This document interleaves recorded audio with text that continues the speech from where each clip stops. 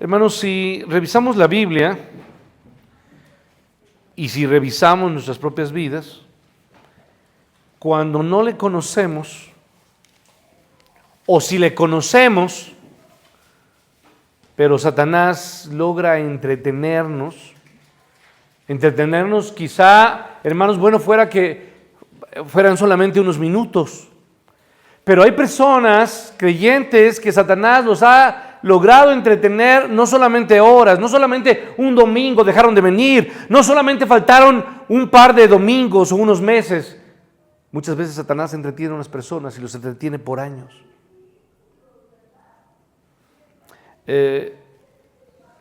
Tenemos que conocerle, pero de tal manera que le conozcamos, que el conocerle tenga un impacto profundo sobre nosotros.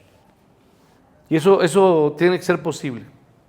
¿Por qué digo esto, hermanos? Porque Satanás conocía a Dios o no conocía a Dios, Satanás. Sí, lo conocía. Lo conocía. Satanás, antes de ser Satanás, o el diablo, conocía a Dios. Recuerde que él estudió en la mejor universidad. ¿Dónde estudió? En el cielo. Fíjese, ¿eh? No crean que estudió ahí en la prepa 8, no. Él estaba ni en la 7, ¿no? Para los que se sientan un poco, ¿no? Hermanos, no, Satanás estudió o estaba en el cielo mismo. Conocía a Dios. ¿Y con quién se entretuvo Satanás? Mire, no fue una muchachita. No fue un juego de video, no. Él se entretuvo consigo mismo. Empezó a verse a sí mismo y cuando se vio aplicó la de Paco Stanley, ¿no? ¿Sí? Se empezó a ver bello él mismo. Se empezó a aplaudir a sí mismo. Se vio como el deseado, como el preferido, como el único, ¿sí me explicó? Como el distinto. Se entretuvo con él mismo. Entonces, hermanos, usted y yo, cuando, hermanos, somos desviados o no le conocemos adecuadamente, es cuando la carne, nuestra carne, se entrega ¿a qué, hermanos? A sus deseos, a sus pasiones, a sus delitos. Y entonces, hermanos, somos desviados y nos entregamos a las cosas que usted y yo nunca hubiésemos querido, ¿qué, hermanos? Hacer, decir. ¿Sí le ha pasado? Que usted ha dicho algo que ha ofendido. Es más, hermanos, hoy, quizá usted sabe que hizo cosas que no fueron agradables a quién, hermanos, a Dios.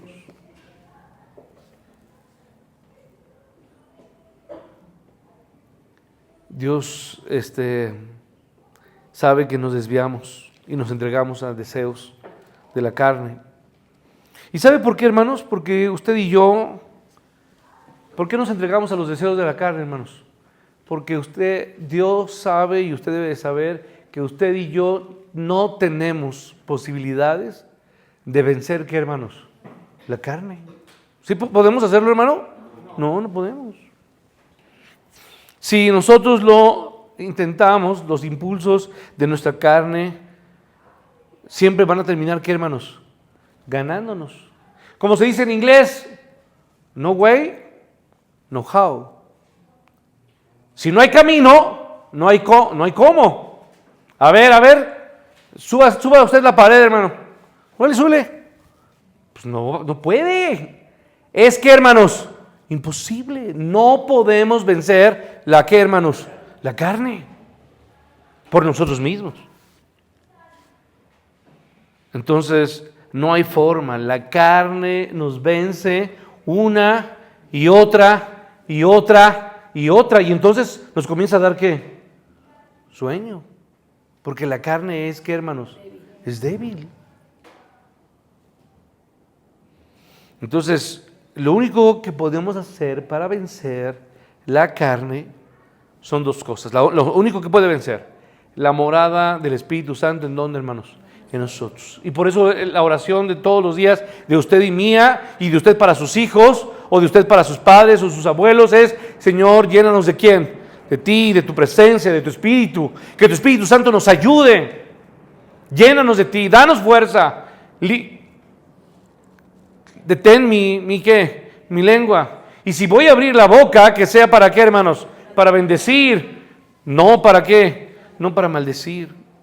Que sea para hablar tu verdad y no para hablar toda la sarta de tonterías que uno puede decir en todo un día. Es impresionante cuántas veces podemos insultar, hermanos, al día. Impresionante.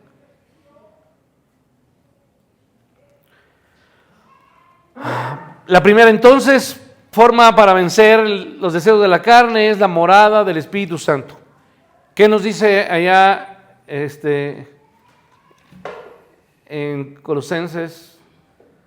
No os embriaguéis ¿con qué, hermanos? Con vino en el cual hay disolución, más bien sed llenos ¿de qué, hermanos? Del Espíritu Santo. Esto es importante. Pero la segunda cosa, hermanos, la segunda cosa para vencer la carne es tener un mayor conocimiento ¿de quién, hermanos? De Dios.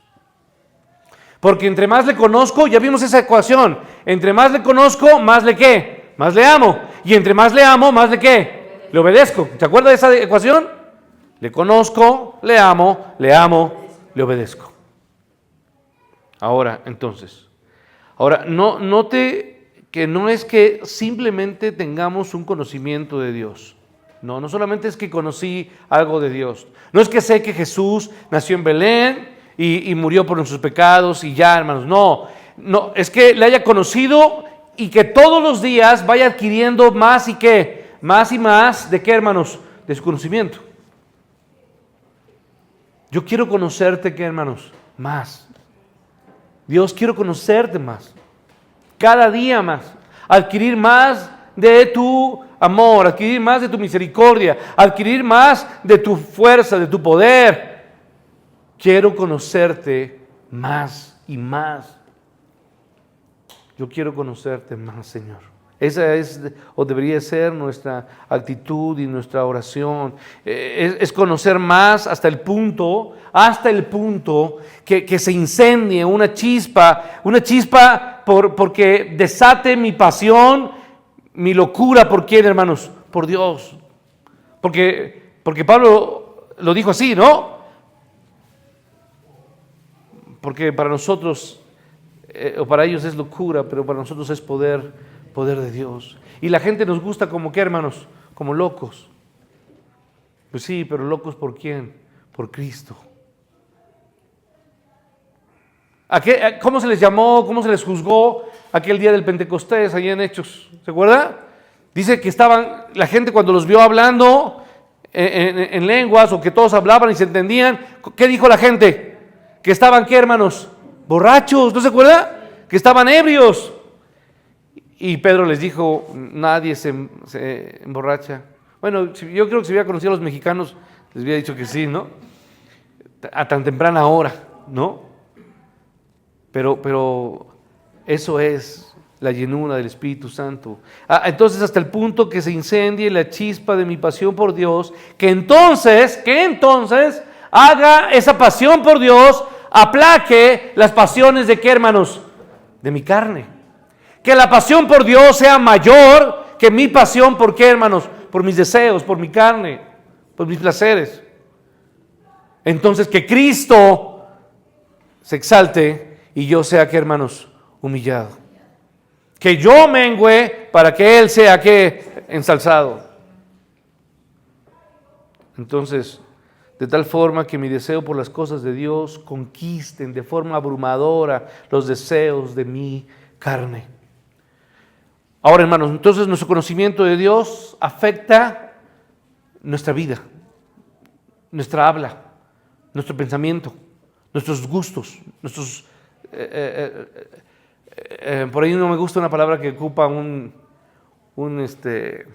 narrador, las escogencias no sé si existe esa palabra, pero sus gustos, sus decisiones, ¿sí? Hermano, que entonces mi conocimiento de Dios afecte toda mi vida experiencial, ¿sí? Entonces, esto es algo que tiene que afectar. Cuando entonces yo voy a encender el televisor, antes de encenderlo, tengo que revisar si yo ya pasé tiempo con quién, hermanos, con Dios. Y si no he pasado tiempo con Dios, entonces, ¿qué le digo? No, primero hago, ¿qué, hermanos? Lo primero. O antes de ver eso que voy a ver en el teléfono, digo, no. Y entonces voy a ver algo que pueda ser de bendición para mí, para mi vida. Mi conocimiento de Dios afecta o debe de afectar de manera profunda ¿qué, hermanos?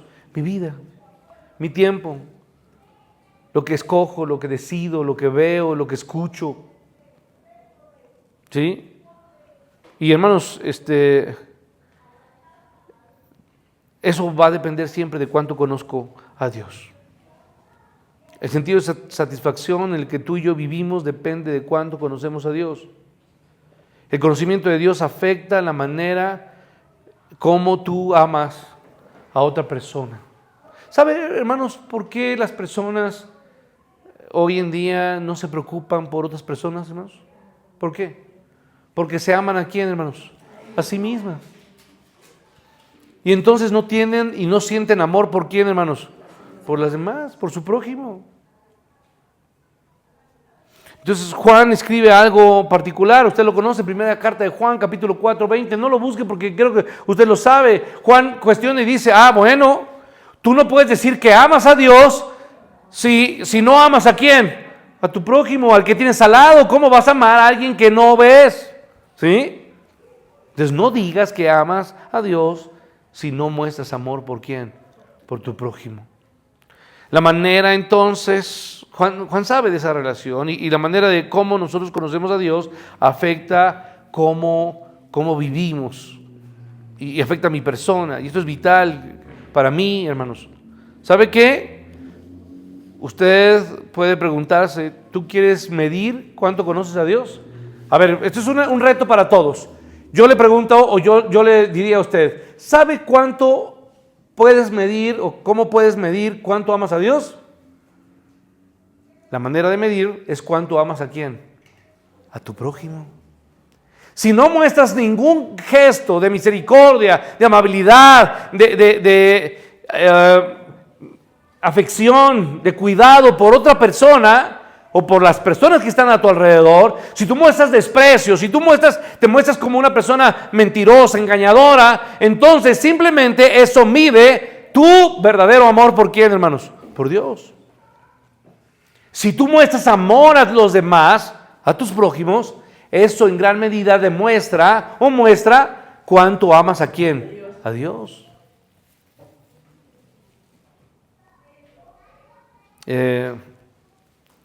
Porque si conoces a Dios, tú le amas.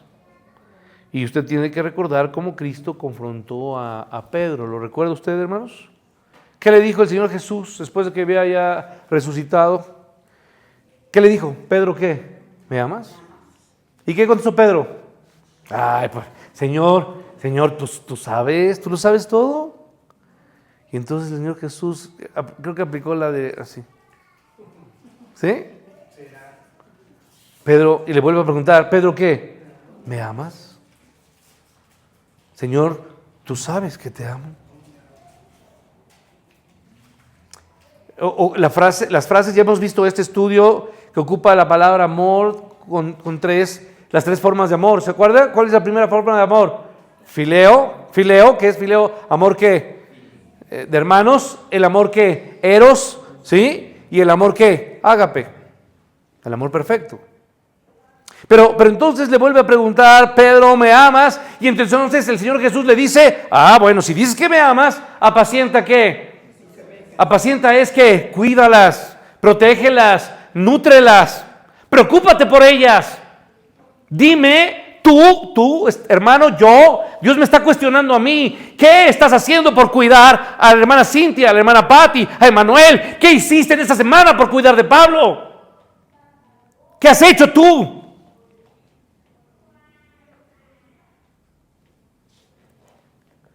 Si no, no digas que me amas.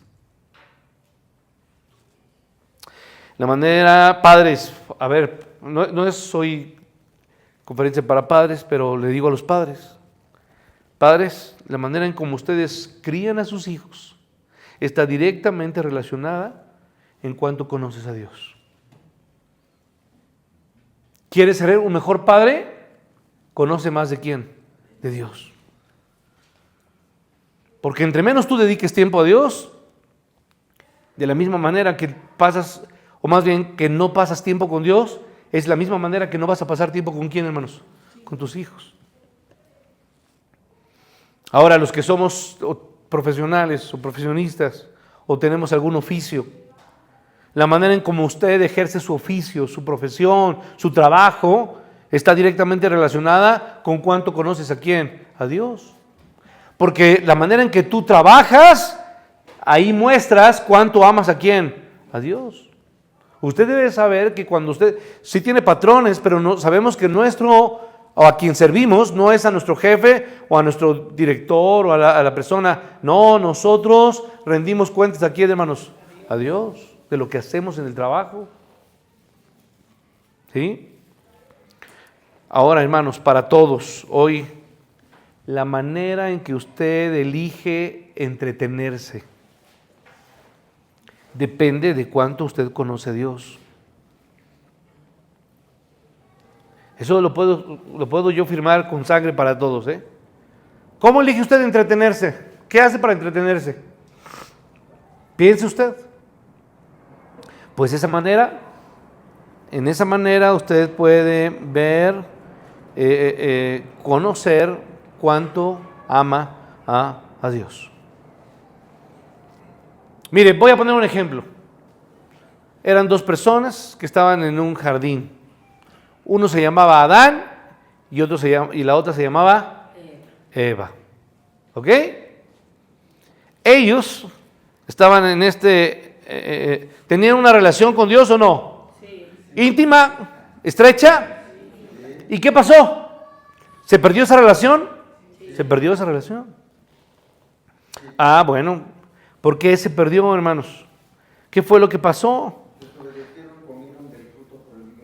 ¿O quién? Dejaron de conocerlo como lo conocían hasta ese momento y ellos perdieron su vida espiritual, perdieron la luz y cuando perdieron la luz, perdieron la luz tanto física como espiritualmente. Yo quiero decirle que Adán y Eva en ese principio cuando fueron puestos allí, ellos no iban a morir. ¿Cuándo? Nunca.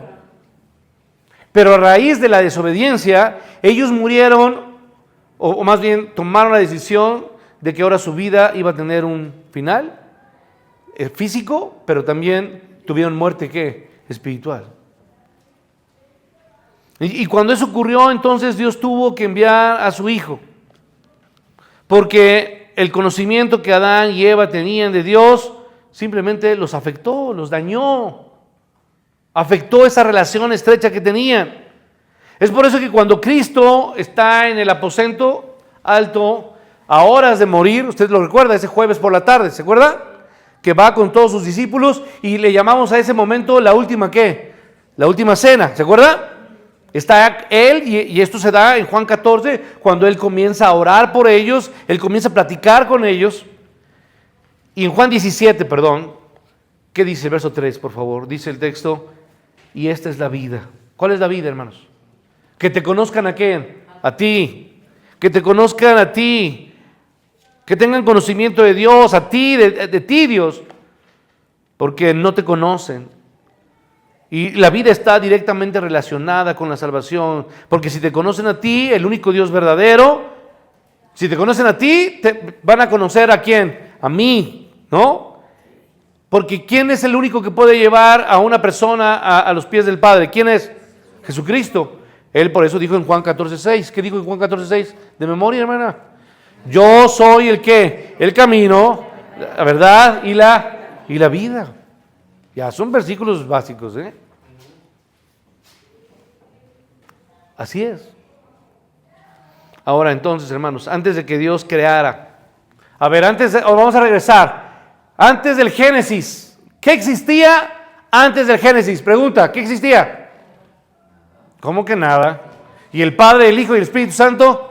Ah, sí, existían. ¿Cómo que nada? ¿Sí? Antes del principio estaban ellos, el Dios Trino, que tiene vida en sí mismo. ¿Sí? Y obviamente esta existencia de Dios fue lo que dio posibilidad a que todo lo creado tuviera ¿qué? Existencia. El Dios que existe, autoexistencia. Ya habíamos visto esto en alguna clase de doctrina. La seidad de Dios, ¿se acuerdan? ¿Qué es la seidad de Dios? Que Él tiene capacidad de existir en sí mismo. No necesita de qué, de nada ni de nadie. Ustedes para existir, ¿qué necesitan? Pues primero un papá y una mamá, ¿no? O sea, no es que Pablo haya dicho, yo nací de una vasijita de agua y ahí crecí, me volví, era un animalito y me convertí en lo que soy. Pues no puede decir eso Pablo. Bueno, no sé si ya crean que él viene del chango, pero bueno, no podemos decir eso. Nosotros sabemos que para existir necesitamos de papá, de mamá, y necesitamos ¿qué? Alimento, y necesitamos aire, ¿verdad? Y necesitamos ¿qué? Luz y cosas básicas. Pero Dios, que tiene este atributo de la seidad, existe por sí mismo. ¿Sí? Bueno, entonces, lo que existe, lo creado, cobró vida únicamente y exclusivamente a través del Padre, del Hijo y ¿de quién? Y del Espíritu Santo. ¿Todos intervinieron en la creación? Sí. El Padre lo ordena, el Verbo lo hace, y el Hijo y el Espíritu Santo, ¿qué hace? Está sobre todo este poder de la creación de Dios. ¿Sí lo ven o no? Ahí está el poder de Dios en las tres personas de la Trinidad actuando. Por eso, en el principio, ¿tiene usted su Biblia interlineal ahí en hebreo? No. Bueno, cuando dice en el principio creó, la palabra griega, ¿cuál es la palabra griega? Elohim. Elohim es Dios en plural. ¿Sí? No es solamente Dios. Elohim es una palabra plural.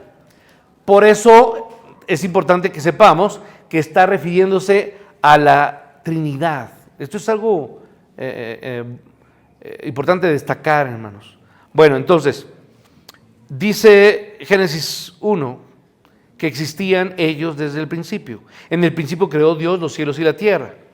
Para poder entender esto, para mí es importante aplicar una regla de la homilética, o del exégesis, mejor dicho. ¿Cuál es el principio? ¿Cómo podemos, o a qué libro tenemos que acudir para interpretar la Biblia? A la Biblia. Entonces, ¿qué quiere decir? Que yo tomo un pasaje y para poderlo explicar, tomo otro pasaje que me ayude a entender ese pasaje. ¿Cuál es el versículo que me ayuda a entender Génesis 1:1? Vaya Juan.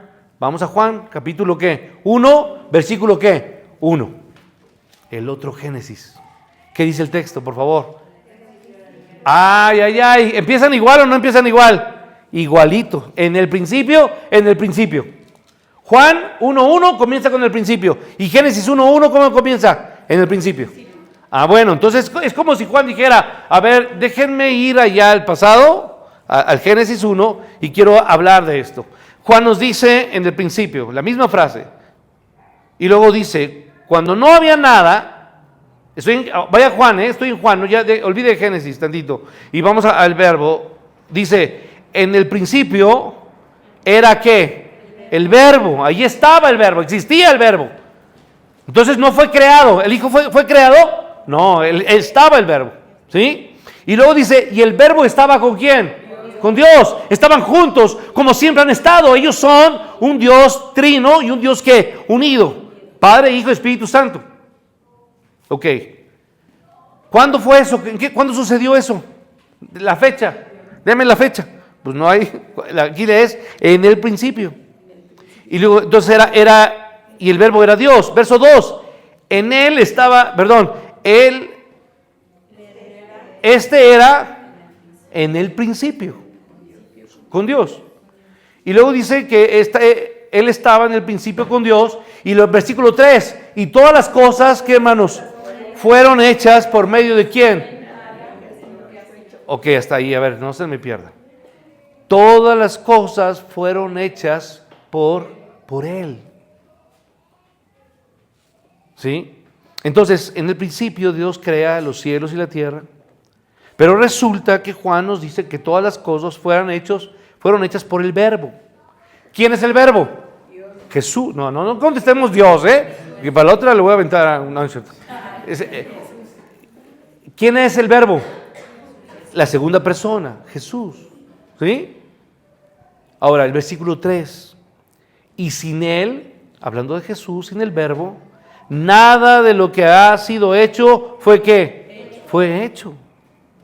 Ahora, hermanos, yo entiendo, cuando veo esto, hermanos, me hace entender mejor y comprender mejor Génesis 1:1. Voy a decirlo de una forma muy sencilla. En el principio Dios, el Dios trino, Elohim, la forma plural, había un Dios trino, de hecho, ya lo dije, habla de la pluralidad, de la majestad de Dios, quizá aludiendo a la Trinidad en el principio cuando no había nada, ya el Verbo, que es Jesús, estaba con Dios, que era el Padre, y Jesús creó los cielos y la tierra, y eso nos dice Juan, ahí en ese pasaje. Pero ahora voy a terminar con Juan 1:3. Me dice que todo lo hecho, o todo lo que fue hecho, y nada de lo que fue hecho sin Él. Y más adelante, versículo 4, voy a terminar con el 4, ¿qué dice? Y en Él estaba, ¿qué, hermanos? La vida. ¿Sí? Y la vida era la luz ¿de qué? De los hombres. Ahora, ¿por qué es tan importante decir esto, hermanos? En Él estaba la vida. Porque sin Él todo está, ¿qué, hermanos? Muerto. Él es el Dios de la vida. Todo lo que Él toca, todo lo que en Él sopla, Él es el que da el aliento de ¿qué, hermanos? De vida a todas y a todos y a todo lo que existe. En Él estaba la vida, hermanos, porque sin Él, repito, hermanos, todo está, ¿qué, hermanos? Muerto.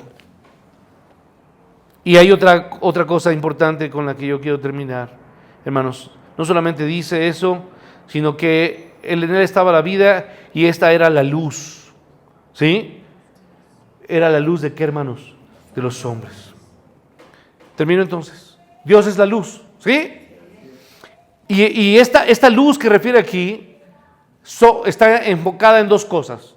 En el aspecto de luz física, el resplandor que vemos, esta luz que está aquí, ¿sí? La luz física.